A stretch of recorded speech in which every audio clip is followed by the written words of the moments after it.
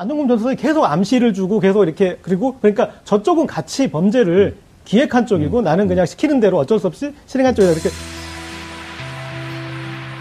이종훈 평론가님, 네. 지금 이제 그 서창석 원장, 이건 뭐 너무 복잡해요. 박채원 씨 구속해갖고 YJ콥스 메디칼 이 의료농단도 지금 수사를 하고 있는 거 아닙니까? 그렇죠. 그러니까 그 부분 관련해서, 그러니까 조금 전에 이제 우리 녹취록 들었잖아요. 예. 그러니까 안정범 수석이 결국 뇌물을 받은 거 아닙니까? 받은 거로 추정되죠. 그러니까 저거로 뭐 봐갖고는. 부인이 이제 뭐 네. 받았다고는 하는데 그 뭐 명품 명품백. 가방 안에 현금까지 예. 꽉 채워서 줬다는 뭐 얘기까지 나오잖아요. 그건 제가 한 얘기예요. 뭐 어찌됐건. 예. 원래 백 줄 때 그냥 안 줍니다. 근데 어제 예. 제가 줘봤다니까요. 뭐 자꾸 받은 거로 얘기해. 우리 집사람 줬다니까. 자, 그래서 예. 어제 유튜브를 봤더니요. 중국에서 중앙 분리를 들이받고 BMW 차가 불이 났어요. 근데 그 여자분이 막 불나는 차로 뛰어들어가. 그게 사람 있는 줄 알았거든요. 그 안에 명품백이 있었다는 거예요. 사람 목숨보다 중요한. 네. 그걸 받았다는 거 아니에요. 그러니까 이 지금 안정범 전 수석이 노골적으로 딱 까놓고 얘기는 안 하지만 부인이 상당히 명품 그런 걸 좋아한다는 게 확 느껴지잖아요. 그래요? 저는 그렇게 확 느껴지던데요. 명품백 안 좋아하는 사람 봤어요? 뭐 안 좋아하는 사람도 있을 수 있습니다. 어찌됐건. 그러니까 이제 계속 이제 받은 거 아닙니까? 계속 이제 받은 거고. 자, 그래서 그 부분을 규명하기 위해서도 예. 김영재 부부가 어떻게 그 대통령의 그 전용기에 함께 타서 그렇게 해외 순방을 같이 다니고 박근혜 대통령이 프랑스에 그 전시대에 있는 그 YJ콥스 거기 예. 또 앞에 가서 또 그 지금 사진도 찍고 뭐 덕담까지 해주고 막 힘 실어주는 얘기하고 그러니 밑에 관료들은 어떻겠어요? 야, 이거 확실히 이제 힘 받는구나 해서 또 열심히 도와주고 뭐 이런 일들이 벌어졌던 거 아닙니까? 이걸 다 밝혀내기 위해서는 조사를 안 할 수가 없는 거죠. 예. 이게 사실은 뭐 뇌물죄 부분도 뇌물죄 부분이지만 이게 결국은 뭐 직권남용에도 해당이 되는 것이고, 그죠? 안정범 수석이 만약 적극적으로 개입을 했다고 한다면. 자, 그런 것들이 또 만약에 대통령의 보고하에 또 이루어졌다면. 사실은요, 박근혜 대통령이 지금 이 부부가 만든 화장품을 계속 쓰신 거 아니에요. 그리고 청와대에서 네. 명절 때 선물 나눠주는 거에도 그 품목이 들어가 있는 거 아니에요? 자, 그런 걸로 밀어볼 때, 자, 안정범 수석의 성격상 저는 이렇게 추정을 해요. 안정범 전 수석의 성격상 이렇게 대놓고 이렇게 뇌물을 받을 정도면, 그러니까 대통령하고 이들 부부가 보통 사이가 아니라는 것을 본인이 충분히 확인했기 때문에 이건 가능한 행동이다라고 저는 봅니다. 예. 그리고 박근혜 대통령이 지금 그 계속 썼다는 이 존 제이콥스의 그 화장품, 그것도 정말 대금대도로 지급하고 쓰신 건지, 저는 그것도 한번 해봐야 된다고 생각해요. 자. 어쩌면 그냥 후원 받으셨던 것일 수도 있다. 예, 자, 그런데. 협찬. 아니, 저런 건요, 돈 주고 씁니다. 돈 줘도 그냥 주는 게 아니고, 3배, 4배 많이 줍니다. 왜냐하면 공동 지갑일 경우에. 네. 노 변호사님. 네. 자, 이 수첩의 기록을 봤더니요, 39건. 먼저 거보다 2배가 넘어가요. 그렇죠? 네, 그렇습니다. 2004년 6월서부터. 2014년. 2014년 6월서부터 2016년 11월까지 2년 5개월 동안인데요. 이때 보면 무슨 일이 벌어지냐면 2014년 5월에 우병우 수석이 민정비서관으로 들어옵니다. 네. 그리고 이때부터 김영한 수석하고 갈등을 빚죠. 김영한 수석도 수첩 기록을 해놨을 거고. 이때 만약에 김영한 수석의 수첩 기록과 안종범 수석이 기록했던 이 내용과 일치되는 부분은 혐의가 짙은 거 아니에요? 정말 검사를 하셨어야 될 것 같아요. 국회의원 하시지 말고. 너무 정확하신데요. 예. 우리가 이제 보통 A라고 하는 증거가 나왔는데 그 증거의 증거 능력이 문제다, 증명력이 문제다, 신빙성을 누군가가 탄핵하려고 하면 B라고 하는 증거랑 같은지 안 같은지 비교만 해보면 딱 나오거든요. 그 다음에 이제 C는 안종범의 증언. 그렇죠. 이렇게 네. 되면 빼박이가 되는 거 아니에요? 정말 완전 빼박이가 되는 건데, 예. 그렇게 되면 김기춘이 내일 나오잖아요. 실장이 그 증언을 하는데, 뭐라고 말할지가 너무 궁금한 거예요. 정말로 제 입장에서. 내일 안 나온다 그러더라고요. 안 나온대요? 예, 헌재. 헌재. 예, 헌재 안 나온다 그러고. 그리고 이제 또 하나 저는 이제 궁금한 게, 요때가 그 문서 유출, 비선 실세. 네. 이 사건이 터지는 무렵이거든요. 그러면서 그렇죠. 조응천이 잘리는 시절. 그래서 그렇죠. 저는 요 기록을 보면 우병우 기록도 상당 부분 있지 않겠느냐. 바로 그겁니다. 그 안에 그게 들어있다고 하더라고요. 예. 아, 그게 들어있대요? 네. 오. 그러니까 안정범 수석이 이번에 새로 제출한 39건의 그 예. 업무 일지가 청와대에 숨겨놨다는 거 아니에요. 그렇죠. 그러니까 압수수색을 피하기 위해서 가장 좋은 장소가 청와대이기 때문에 청와대 쪽에 넣어놨다는 거 아닙니까? 예. 우병우 전 민정수석도 그랬을 가능성이 저는 굉장히 높다고 생각해요. 그러니까 그리고 우병우 민정수석도 굉장히 꼼꼼한 사람 아닙니까? 예. 그러니까 그리고 어떻게 보면 가장 많은 업무 일지를 기록했을 가능성도 좀 높다라고 보거든요. 우병우 수석은 기록 안 했을 것 우병우 같은데. 수석은 기록하는 사람은 아닌데. 그래서 아니요, 저는 그건 있을 거라고 봅니다. 그래서 그 비망록 형태로라도 그거를 만약에 사실은 찾아낼 수만 있으면 좋은데 그게 이제 압수수색이 안 되는 거죠 지금 현실적으로. 하나 타이밍 말씀드리면요. 예. 원래 우병우 수석에 대해서는 왜 조사를 안 하냐고 사람들이 이제 궁금해하던 시점이 있었어요. 예. 그러다가 갑자기 우병우 수석도 하겠다라는 얘기가 흘러나오는 타이밍이 있었거든요. 그게 언제쯤인가요?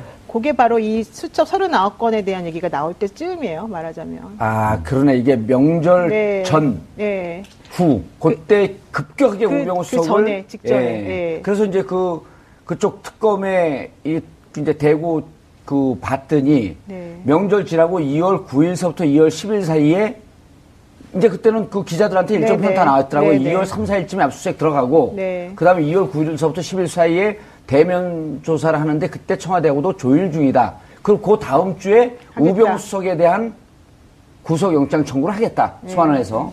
그렇게 나왔는데 지금 그때 나왔던 정보가 지금 다 그대로 마저 들어가고 있거든요. 네. 이 수첩이 있었기 때문에 그 일정을 잡을 수 있었다. 그러니까 처음에 우병우 수석에 대해서 조사를 처음부터 시작을 많이 했는데요. 예. 이게 제대로 잡히는 게 없었다는 거예요. 아. 이 수사를 해보니까. 예. 게다가 협조가 안 됐다는 거예요. 검찰 사람들에 의해서. 예.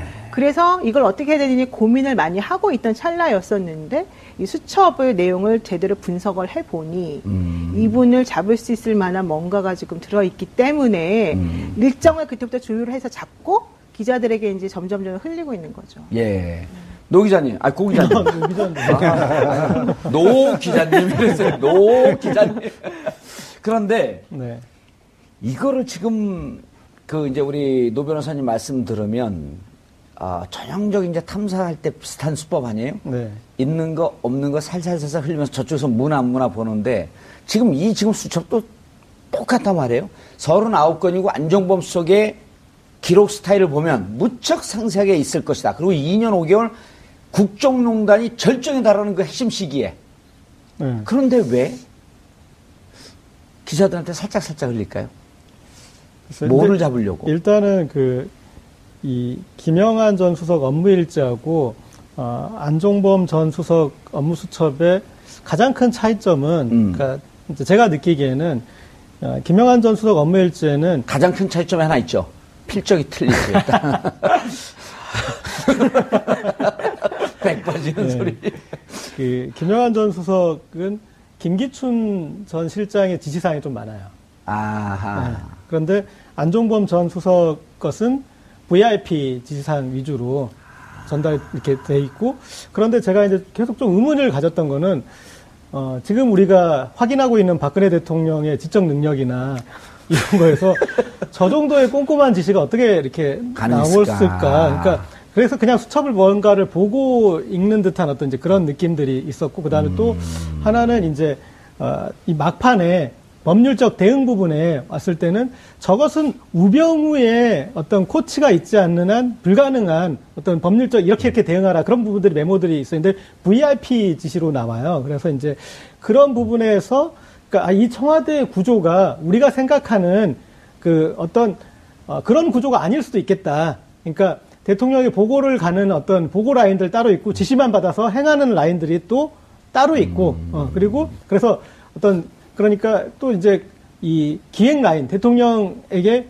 뭔가가 회의를 통해서 결정된 다음에 지시가 내리는 거잖아요. 그런데 안종범 같은 그런 입장의 사람들은 지시만 받아서 이렇게 실행하는 그룹인 거고. 회의가 거의 없었다는 거 아닙니까? 네. 그러니까 그냥 그날 이렇게 이 실행할 것만 하는 그룹이 있는 거고, 그 다음에 어떤 최순실 씨와 함께 기획 그룹, 그 다음에 어떤 걸 구상하고 그런 그룹들이 좀 따로 있는데 이제 그건 이미 드러났잖아요. 그 관저에서 있었던 문고리 3인방과 일요일 날 있었던 그렇죠. 최순실과의 기획회의가 있었다. 예. 이제 그런 것도 있고 그래서 그 다음에 이제 그 수첩을 통해서 아까 말씀하신 노 변호사님 계속 말씀하셨지만 거기에 이제 어떤 그 롤이 우병우 전 수석의 롤이 이제 명확하게 확신할 수 있을 수준의 그런 부분이 있을 것 같습니다. 그런데요, 그러니까 이 김영한 수석 같은 경우에는 사실은 그때 그 직보 라인에서 배제돼 있었거든요.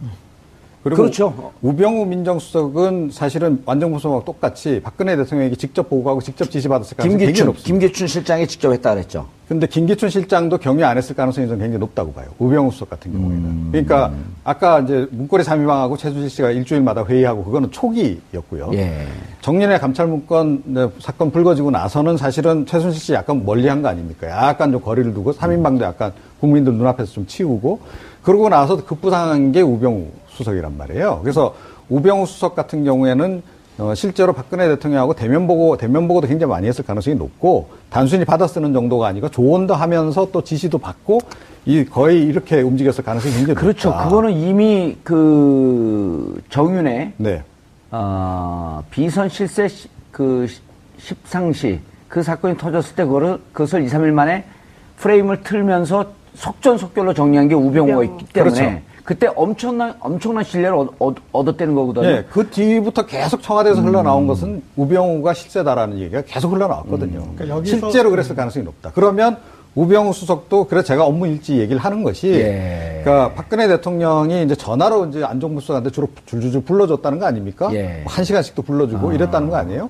자, 똑같이 아마 최순실 씨로부터 여러 가지 얘기를 듣고 그걸 가지고 참고해서 아마 참고했던 뭐 그대로 얘기했던 우병우 수석에게도 지시를 했겠죠. 그런데 예. 우병우 수석 경우는 조금 달랐다는 거죠.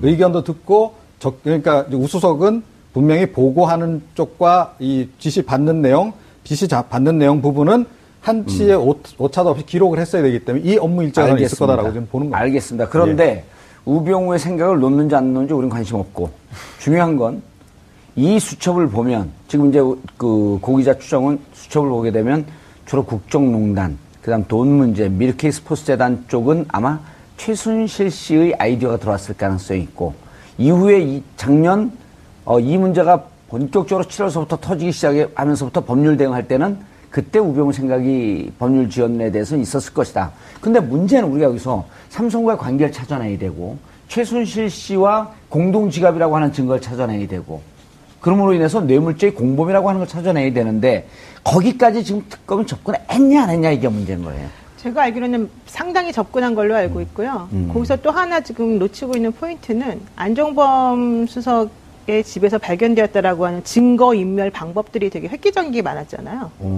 핸드폰 뭐 위에 액정 뭐 어느 부분을 뭐 부셔야지 뭐 증거가 더 없어지고 예. 뭐 전자레인지에 집어넣어라 이런 얘기 많았었잖아요. 그렇죠. 예. 그러면서 실질적으로 그런 행위를 함으로 인해서 어떤 증거도 남기지 않은 두 사람이 바로 김기춘 실장과 우병우 수석이거든요. 그 두 분이 아마 안종범 수석에게 알려줬을 거예요. 증거인멸 방법을. 안종범 수석이 혼자 그런 증거인멸 방법을 생각해냈을 수가 없는 방법들이거든요. 그런 방법들은. 그렇다면 우병우 수석이 문제가 좀 불거질 것이 예상이 되니까 롯데한테 주었던 돈도 돌려주라라고 시키고 요 수첩 보면 우병우도 빼박게 될 가능성이 높다. 그렇죠. 예, 그런 식으로 나설 가능성이 높다는 예. 거예요. 그다음에 이렇게 재밌는 양상은 제가 느끼기에는 안종범 전 수석은 우병우 전 수석 쪽으로 어떤 책임을 일정 정도로 좀 떠넘기기를 하려고 하는 것 같아요. 그리고 본인이 더 책임이 있다고 느끼고, 그러니까 왜 느끼냐고 제가 생각하기에는 자.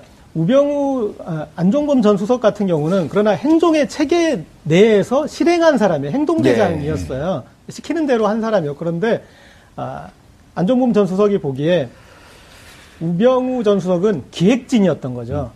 그리고 행정은 여럿이 다수가 하는 거지만 체계를 갖춰서 하는 거지만 기획은 소수가 은밀히 하는 거잖아요. 그러니까 그 영역의 것들을 있고 그다음에 안종범 전 수석이 계속 암시를 주고 계속 이렇게 그러니까 저쪽은 같이 범죄를 기획한 쪽이고 나는 그냥 시키는 대로 어쩔 수 없이 실행한 쪽이다. 이렇게 어떤 그 급을 나누는 그런 것들이 좀 저는 좀 느껴지더라고요. 그럼 예. 취재하신 결과예요, 그게? 아닙니다.